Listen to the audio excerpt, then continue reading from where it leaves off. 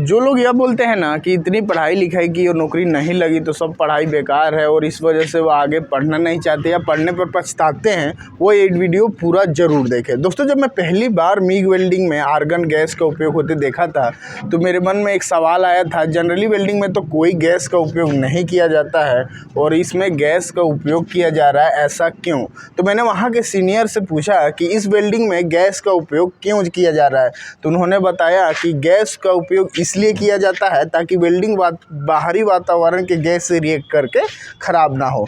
यदि वेल्डिंग बाहरी वातावरण के गैस से रिएक्ट करेगा तो ऑक्साइड के लेयर बनाएगा और वेल्डिंग की गुणवत्ता ख़राब कर देगा। तो फिर मैंने उनसे एक और सवाल पूछा, अच्छा ठीक है, तो इसमें आर्गन गैस का ही उपयोग क्यों किया जा रहा है, दूसरे गैस का क्यों नहीं? इतना सुनते ही वो मेरे पे भड़क गए और पूछने लगे कौन हो, क्यों आए हो, वगैरह वगैरह। दरअसल इसमें गलती उनकी नहीं है, हमारा एजुकेशन सिस्टम की है और ऐसे लोग की है जो पढ़ाई नौकरी के लिए करते हैं। जब कोई आपको सवाल का जवाब ना देकर आपके पर्सनल चीज़ों पर अटैक करता है ना, तो इस सिचुएशन में पूछने की जिज्ञासा धीरे धीरे कम होती जाती है और हम चीज़ों को मानना शुरू करते हैं कि ऐसा ही होता है। खैर, इस सवाल का जवाब मैं जानता था, इसलिए मैं आपको बताना चाहूँगा। आर्गन एक निष्क्रिय गैस है जो किसी भी गैस से रिएक्ट नहीं करता है, यानी कि ना दूसरे गैस को अपने अंदर आने देगा या खुद जाकर दूसरे गैस में मिलेगा। यह क्यों नहीं दूसरे गैस में मिलेगा ये भी समझ लीजिए। अच्छा, अभी आपके मन में एक सवाल आ रहा होगा कि ऑक्सीजन भी गैस है, आर्गन भी गैस है, दोनों हवा ही तो है प्रैक्टिकली देखा जाए तो, कैसे आर्गन ऑक्सीजन को नहीं घुसने देगा? इसका जवाब बहुत मज़ेदार है। मेरे को लगता है इसका जवाब सभी को जानना चाहिए। दोस्तों, दुनिया में जितनी भी चीज़ हैं वह सब इलेक्ट्रॉन, प्रोटॉन और न्यूट्रॉन से मिलकर बनी है, यानी कि अणु और परमाणु से मिलकर बनी है। इसको और आसान भाषा में बताता हूँ। दोस्तों, आपने लोहा में ग्राइंडर होते तो हुए ज़रूर देखा होगा।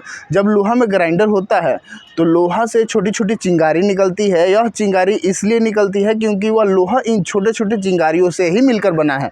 अब इस चिंगारी को जब आप सूक्ष्मदर्शी से देखोगे, यानी कि जूम करोगे, तो यह चिंगारी कितने अणुओं से मिलकर बनी होगी और एक अणु 2 परमाणु से मिलकर बनते हैं और एक परमाणु के अंदर इलेक्ट्रॉन, प्रोटॉन और न्यूट्रॉन होते हैं।